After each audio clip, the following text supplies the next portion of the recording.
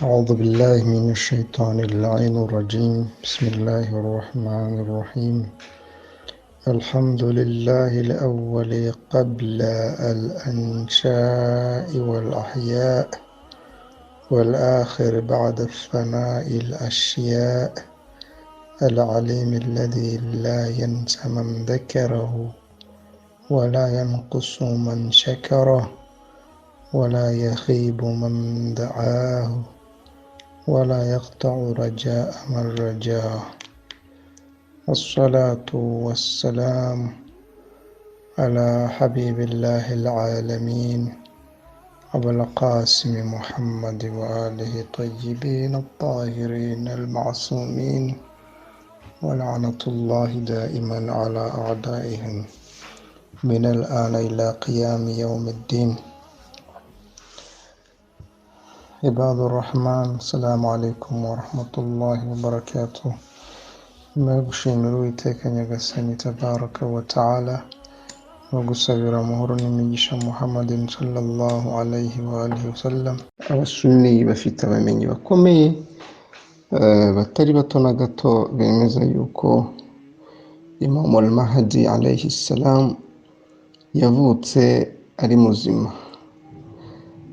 Rero reka dufate ingero nk'ebyiri cyangwa eshatu zishobora kudufasha kubona ko imyemerere y'uko abashiya bemera ko Imam Mahdi ahari atari yo bisangije, ahubwo hari n'igice kigizwe n'abamenyi b'abasuni cyangwa se abacengeye ubumenyi bw'abasuni bemeza neza ko Imam Mahdi ahari. Turebye mu gitabo cyitwa Al-Yawaqit wal-Jawahir muri volume yacyo ya kabiri paje 160 cya Sheikh Al-Arif Abdul Wahhab Sha'rani aravuga ati: inna al-Mahdiyya hayyun wa qad ijtama'a bihi ghayru wahid min al-alami as-sunnah wa hufadhihim فهنالك يترقب خروج المهدي وهو من أولاد إمام الحسن العسكري، ومولده ليلة نصف من شعبان سنة 55 و200، وهو باق إلى أن يجتمع بعيسى بن مريم عليه السلام. uyu mumenyi wa gisuni aravuga ati, cyangwa se umumenyi w'abayisilamu w'abasuni aravuga ati, ikijyanye no kuntu na Imam Mahdi, mu by'ukuri Imam Mahdi ni muzima. Abamenyi benshi barenze umwe bemeranyijwe ndetse b'abasuni cyangwa se b'abasuni ndetse n'abacengeye n'abahanga mu bumenyi bwa hadithi bemeza ko uyu Imam al-Mahdi ari muzima. Fahunalika yutaraqabu khuruj al-Mahdi, bitegerejwe rero ko Imam Mahdi azagaragara. Wa huwa min walad al-Imam al-Hasan al-Askari, akaba ari umwe mu bana ndetse akaba ari umwana wa Imam al-Hasan al-Askari. Wa mawliduhu laylatun nisfu min Sha'ban, akaba yaravutse muri 1/2 cy'ukwezi kwa Sha'ban, ubwo ni 15 za Sha'ban mu mwaka wa 255. wa huwa baqin ila an yajtama'a bi Isa ibn Maryam, azakomeza kubaho ndetse kugeza ubwo azongera guhura na Isa ibn Maryam. Uyu ni Sheikh Sha'rani cyangwa se Al-Arif Abdul Wahid Sha'rani wemeza neza ko, kandi uyu ni umusuni ukomeye umumenyi, wemeza ko Imam Zaman alayhi salam ahari, yavutse mu mwaka wa 255. Yongeye kandi kuvuga ati, uyu ni nyine Sha'rani yongeye kuvuga ati, qala Ibn Hajar al-Haythami, ubwo we arimo arakotinga cyangwa se aravuga imvugo yavuzwe na Ibn Hajar al-Haythami muri Sawa'iq al-Muhtariqa, ngira ngo iki gitabo murakizi. Wakavuga ati Sawa'iq qala Ibn Hajar al-Haythami fi Sawa'iqihi في فصل الثالث من الباب 11 ati mu gitabo cye mu muzingo wa gatatu mu muryango wa 11 aravuga ati بعد ذكر وفاة حسن العسكري ولم يخرف خير ولده أبو القاسم محمد الحجة عمره عند وفاة أبيه 5 سنين، لكن أتاه الله فيه الحكمة ويسمى القائم المنتظر. قيل لأنه ستر بالمدينة وغاب فلم يعرف أين ذهب. nukuvuga ngo uyu arasubiramo imvugo ya al-Haythami avuga ati mu by'ukuri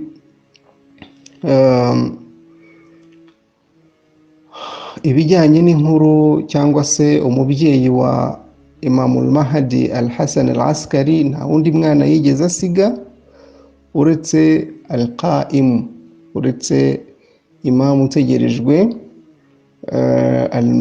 al-Muntazir Muhammad al-Hujja, akaba ari we Muhammadi al-Hujja.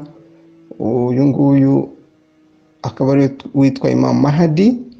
ati umur inda wafati abihi 5 sinin, ubwo ise yitabaga Imana Hasan al-Askari uyu Imamul Mahdi yari afite imyaka 5. lakin atahu Allah fihi al-hikma, Imana yamuhaye ubugenge buhambaye. wa yusama al-Qa'im, akaba yitwa al-Qa'im, wa wundi uzaza gushimangira ukuri n'ubutabera. al-Muntazir, utegerejwe. qila, bivugwa ko annahu sattara bil Madina, yaje kwihisha cyangwa se yihishe mu mujyi wa Madina. wa ghaba, arabura.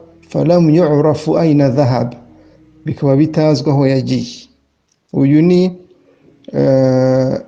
Sheikh Sha'rani uri gukotinga cyangwa ugaragaza imvugo ya Ibn Haythami muri Sawa'iq al-Muhriqa. indi hadithi ni ya Abul Fida muri Tarikh Abdul Fida muri volume ya 2 nayo page 45. aragira ati الحسن العسكري المذكور هو والد محمد المنتظر صاحب سرداب، ومحمد المنتظر المركور هو 12 لأئمة 12 على الرأي الإمامية، ويقال له القائم المهدي. وولد المنتظر المذكور في سنة 55 و200. uyu nawe Abul Fida n'undi mumenyi ukomeye cyane w'abasuni uvuga ati mu by'ukuri Imam Hasan al-Askari niwe mubyeyi wa Imam Muhammad al-Muntazir sahibu Sardab. akaba ari uyu Imam al-Muntazir yitwaga kandi sahibu Sardab kubera ahantu bajyaga basengera hiherereye kandi bakamara igihe kinini. wa Muhammad al-Muntazir, hanyuma uyu Muhammadi al-Muntazir niwe imamu wa 12 ala ra'yi al-imamiyya, mu myizerere cyangwa mu mibonere ya ahlul bait cyangwa se y'abashia bemera abayimamu 12. wa yuqalu lahu al-Qa'im, yitwa kandi al-Qa'im al-Mahdi. وولد المنتظر المذكور في سنة 55 و200. akaba yaravutse mu mwaka wa 255. uyu n'undi mumenyi w'abasuni wemeza ko Imamul Mahdi alayhi salam yavutse. undi mumenyi ukomeye wavuze kuri Imamul Mahdi yitwa Al-Hafidh Muhammad, yakunze no kwitwa Khaja Parsa al-Bukhari nk'uko bivugwa na Al-Kanduz mu gitabo kizwi cyane ku izina rya Yanabi'ul Mawadda. Aravuga ati: ومن أئمة أهل البيت أبو محمد الحسن العسكري رضي الله عنه. akomeza avuga ati: ولم يخرف بل ولد غير أبي القاسم محمد المنتظر المسمى بالقائم والحجة والمهدي وصاحب الزمان وختم الأئمة 12 عند الإمامية. وكان مولده ليلة نصف من شعبان سنة 55 و200. وأمه أم ولد يقال له نرجيس. توفي أبوه رضي الله عنه وهو ابن 5 سنين فاختفى إلى الآن.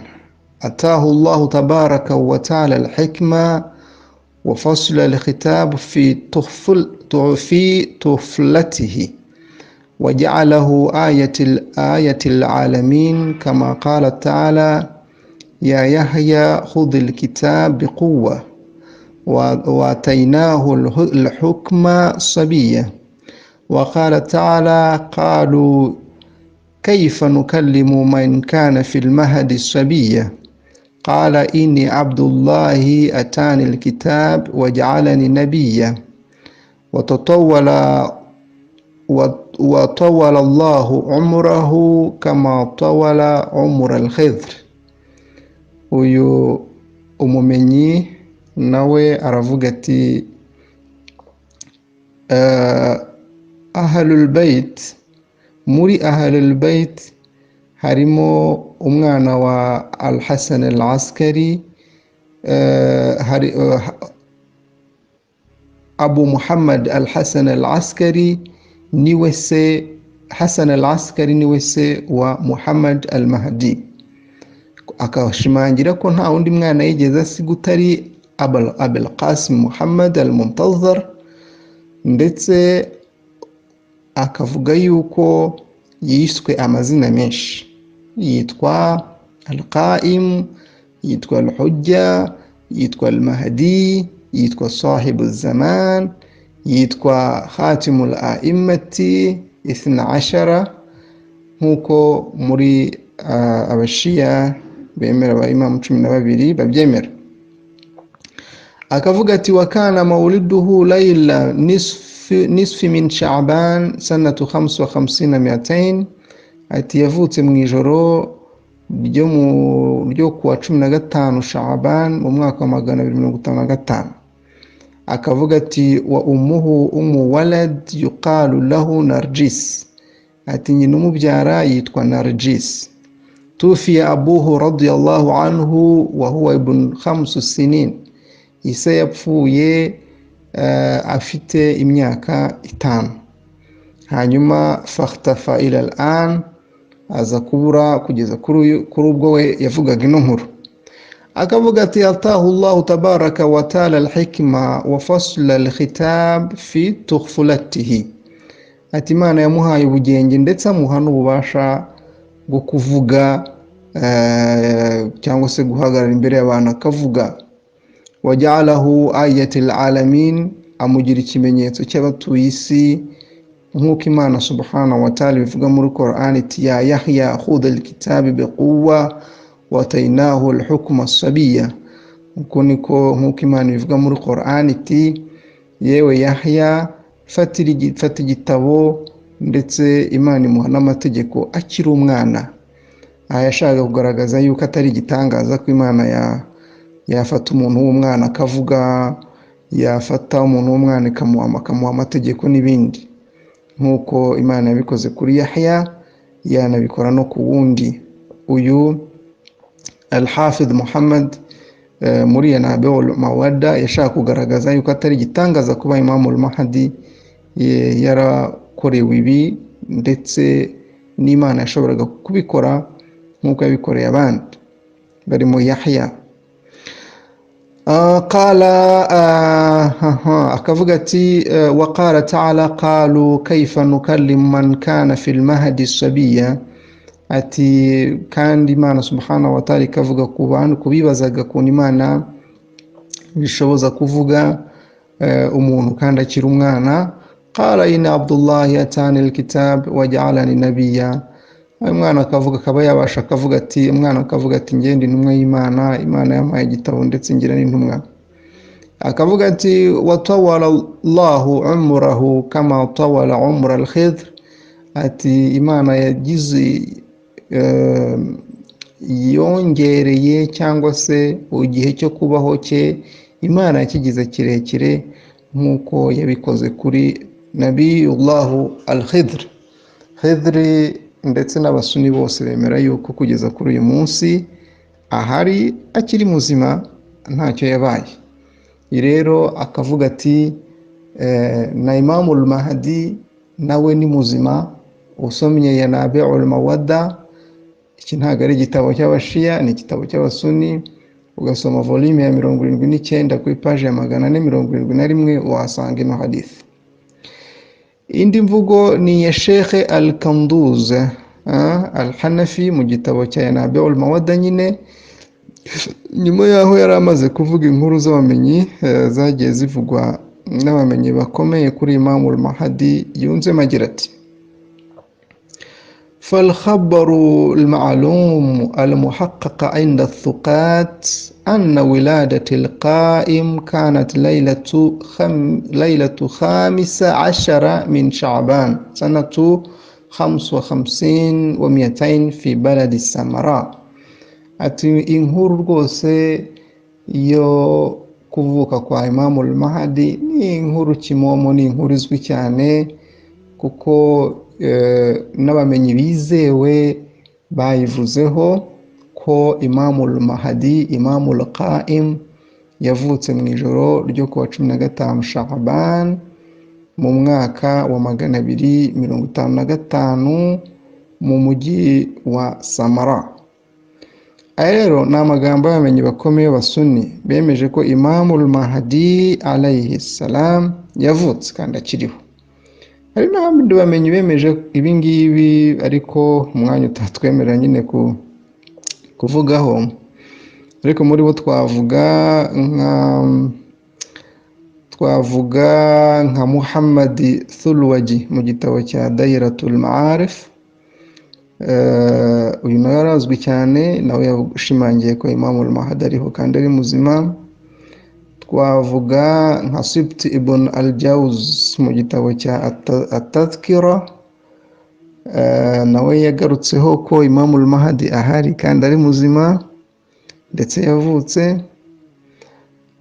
Uwitwa Ibn Khalqan mu gitabo cya Wafayatul Ayan ndetse n'abandi. Abo bose rero bagaragaje aqwal z'abamenyi b'abasuni bemeza ko imamu yavutse kandi ariho.